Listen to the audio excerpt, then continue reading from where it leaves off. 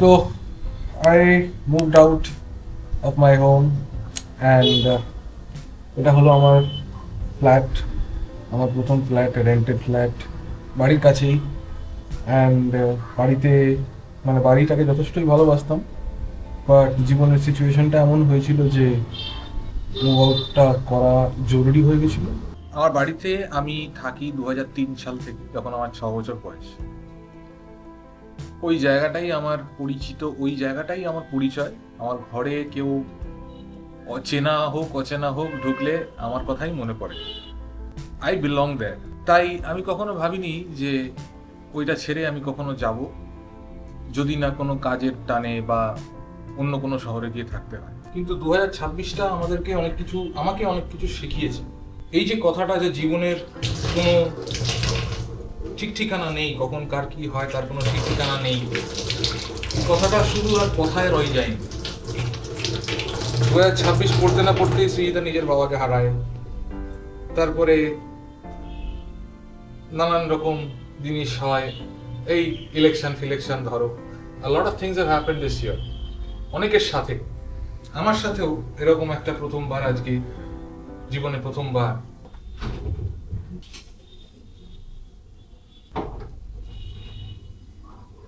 জীবনে প্রথমবার এরকম হলো যে not for a job, not for anything, but just for some piece, কিছু শান্তির জন্যে আমি আমার বাড়ি ছাড়তে বাধ্য হলাম। এই হচ্ছে মাই নিউ প্লেস। এখন সন্ধেবেলা, ছাদ অন্ধকার হয়ে গেছে, বাইরে আলো আছে জ্বালাইনি। এটা হচ্ছে রান্নাঘর, এটা হচ্ছে আমার ঘর। এখানে সব দেখিয়ে দিয়েছি তোমাদের, তাও বলছি আর কি। টেকনিক্যালি আমি সেট আপ করছি, কাল থেকে মুভ ইন করবো। আজকে এই অবস্থা, সব জিনিসপত্র বার করছি। এইখান দিয়ে বেশ ভালো হাওয়া আছে, এই পাখাটা নতুন, এভরিথিং ইজ নতুন।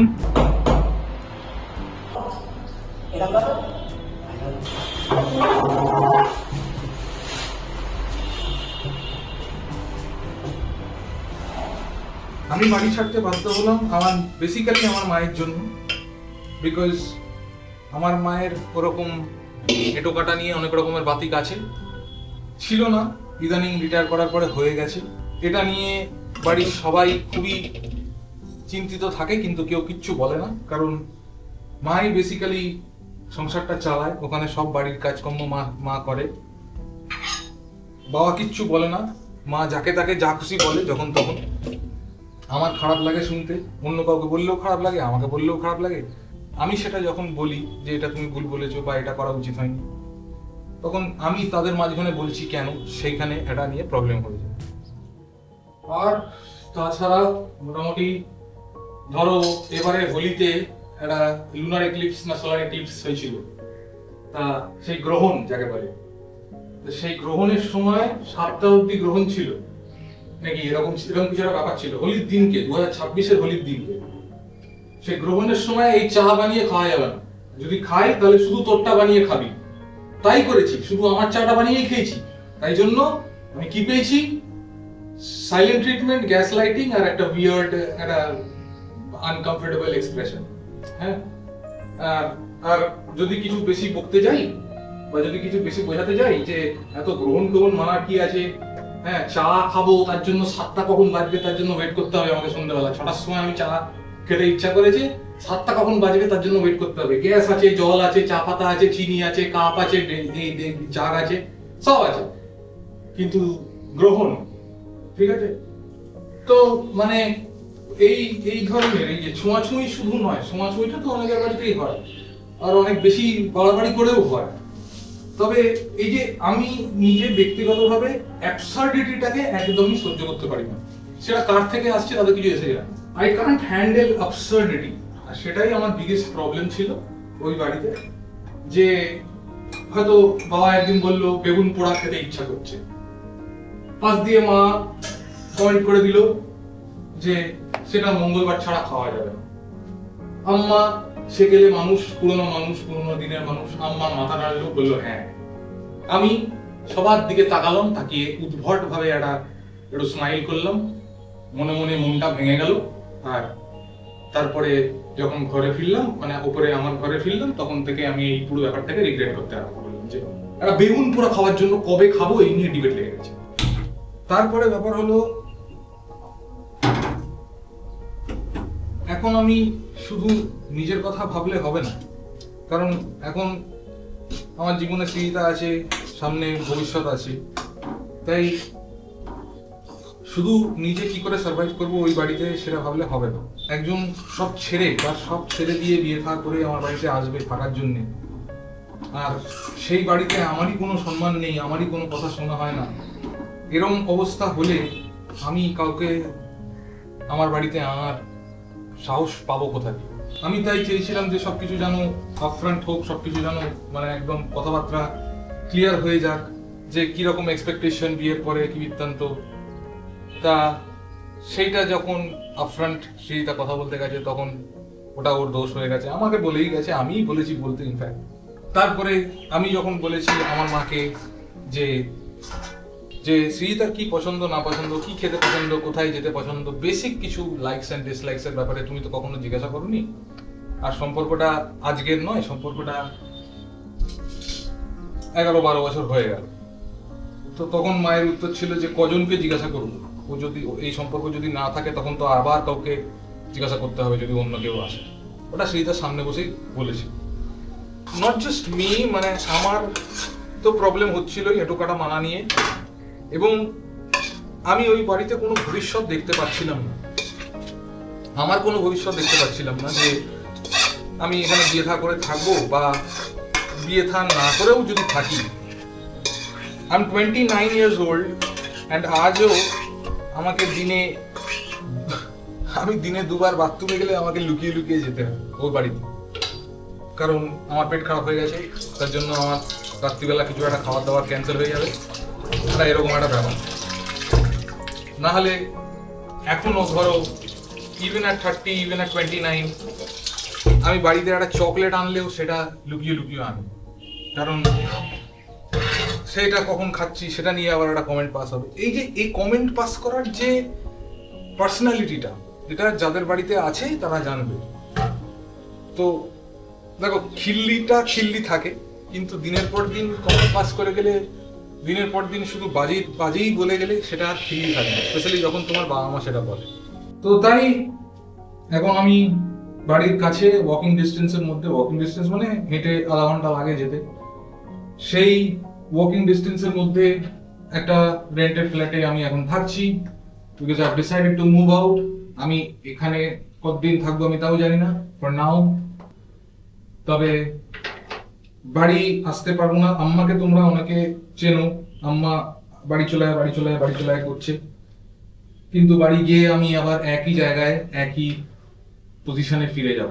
তো সুতরাং এতটা এফর্ট দিয়ে ফ্ল্যাট খুঁজে, মানে খরচা করে, হ্যাঁ লাইফে ফার্স্ট টাইম নিজে এই পুরো ব্যবস্থাটা করেছি, এটাকে তো আর রিভার্স করতে চাই না। এই যে চলে আসা হয়েছে, এইটা হচ্ছে নতুন, ঠিক আছে। এবার ব্যাপারটা হচ্ছে যে আজকে বিশাল বৃষ্টি হয়েছে, যেদিন আমরা শিফটিং হয়েছে, মানে পৃথিবী যখন শিফটিং করেছে।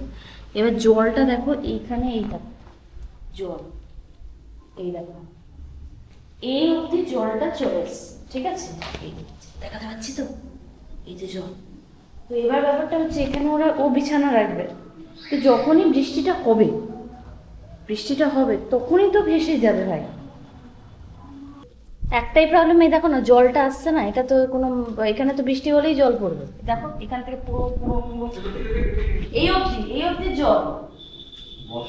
বর্ষা হলো কি করে, ওটাই তো বলছি আমি। আজকে ফার্স্ট ডে, মানে কালকে হাফ ডে আমি থেকেছিলাম, দুপুরবেলা থেকে থেকেছি।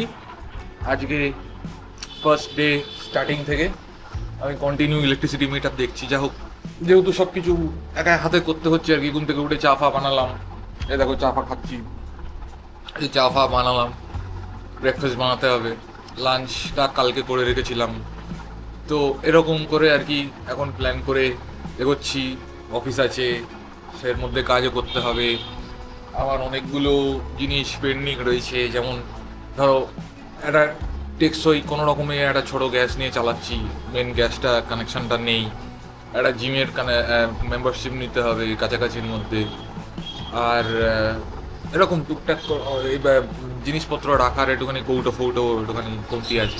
এই যে রান্নাঘর ফ্রিজের মাথার ওপর এসব ভাত ডাল, আর তারপরে এইখানে কতগুলো এই মশলাপাতি হ্যান ত্যান, বুঝতেই পারছো অনেকগুলো প্যাকেট রাখা রয়েছে। প্যাকেট ছাড়া মানে কৌটো, অতগুলো কৌটো নেই এখনো।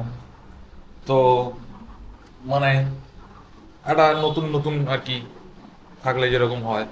তো তাই not just one thing, it's a bunch of things. আর মোস্টলি যেটা মেন কালপ্রিট সেটা হচ্ছে অ্যাবসার্ডিটি। তো আমি ওই পরিবেশে ওই এটা করতে হয়, এটা বলতে হয়, এটা মানতে হয়, এই যে হয়, হ্যাঁ, এই অটোমেটিক যে ব্যাপারটা, এই অটোমেটিক ব্যাপারটার মধ্যে আমি থাকতে চাইছিলাম না। তাই সে বাড়ি ছাড়তে বাধ্য হলাম। কারণ না আমার কথা শোনা হচ্ছে, না সৃজিতার কথা শোনা হচ্ছে, এবং আমাদের সবাইকে অপমানও করা হচ্ছে। শুধু আমাদের সবাইকে না, আমরা ছোট বলে তা নয়, বাড়ির জমাদারকে, বাড়ির কাজের লোককে, অন্য বাড়ির বউ, মানে অন্য বাড়ির লোকজনদেরকে, মানে কোনো কিছুই আমার মা বাবার ভুল হতে পারে না। তারা কোনো দিনও কারোর সাথেই কোনো ভুলই কিছুভাবেই করতে পারে না, কারণ তারা ধার্মিক এবং এবং এরকম কুসংস্কারে বিশ্বাসী এবং মন্ত্রপন্ত্র পড়ে আর কি, মানে পুজো ফুজো করে এই কারণে আর কি। ঠিক আছে, তো মানে যে বাইরে দিয়ে একটা লোক যাচ্ছে, আমি ছাদে গাছে জল দিচ্ছি, বাইরে দিয়ে কে যাচ্ছে, কারোর মাথায় জলটা পড়লো কিনা সেটা যে দেখার দায়িত্ব, এটা আমাকে বলে দিতে হবে। কিন্তু আমি আবার বলে দিলে আমি ওই ওদের মাঝখানে কথা বলছি কেন? দিস হোল অ্যাবসার্ডিটি মানে has pushed me to take this step. কিন্তু হ্যাঁ, একা থাকার অনেক কিছু প্রবলেম আছে। বাট যাদের বাড়িতে আমার মতন সিচুয়েশান আছে, এরকম নার্সিসিস্টিক ট্রেটস আছে কারোর, তাদের ব্যাপারে তোমরা জানবে যে কীরমভাবে প্রত্যেকটা কথায় তোমার প্রত্যেকটা কথাকে পাল্টে দেওয়া হয়, তোমার প্রত্যেকটা জিনিস যেটা তোমার খারাপ লেগেছে ওগুলোকে পাত্তা দেওয়া হয় না, তোমাকে ডিসমিস করা হয়, তোমাকে নেগলেক্ট করা হয় ইমোশনালি। হ্যাঁ, কিন্তু আবার মানে হেলথ ওয়াইজ তোমাকে সব দেওয়া হবে, ফাইন্যান্সিয়ালি তোমাকে সব রকমের কাভারেজ দেওয়া হবে, but there is absolutely no emotional stability in a house. এরম যখন হয়, যাদের সাথে ওটা হয়েছে তারা জানবে। তো হ্যাঁ, এটা হচ্ছে এখন আমার সেটিং, এই কাজকর্ম চলছে। আর এটা হচ্ছে আমার রুম, এটা হচ্ছে আমার ব্যালকনি, লাইক আই শোড। এখানে দিস ইজ মাই কিচেন, এখানে এই সব আছে। এটা হচ্ছে আমার মেন দরজা। এখন জীবন এটুকু হয়ে গেছে, এই জন্য এখন বা ভবিষ্যতে অনেক ভিডিওতে তোমরা দেখবে যে ব্যাকগ্রাউন্ড পাল্টে গেছে, এলাকা পাল্টে গেছে, বা মানে ঘরদোর অন্য নতুন লাগছে। তো তাই I have moved out because ফ্যামিলিতে থাকার মতন আর পরিবেশ ছিল না। আম্মা এখনও ভুগছে, আমার খুব স্টেবল লাগছে যেহেতু আমি নিজের মতন সব সাজিয়ে নিতে পারছি। বিশেষ কিছু সেই অপরিষ্কার ব্যাচেলার মতন থাকি না আমি। তো মানে I can make myself, মানে I can make my life on my own without making it too messy. তো তাই সেটাই করছি। অ্যান্ড তাই জন্য এতদিন ধরে কি করব না, কি দেবো না সেটা ভেবে পাচ্ছিলাম না। শরীরটাও একটু খারাপ হয়েছে। তাই আজকের ভিডিও এই অবধি, দেখিয়ে দিলাম নতুন বাড়ি বা নতুন ফ্ল্যাট, অ্যান্ড এটাই আমার এখন ঠিকানা।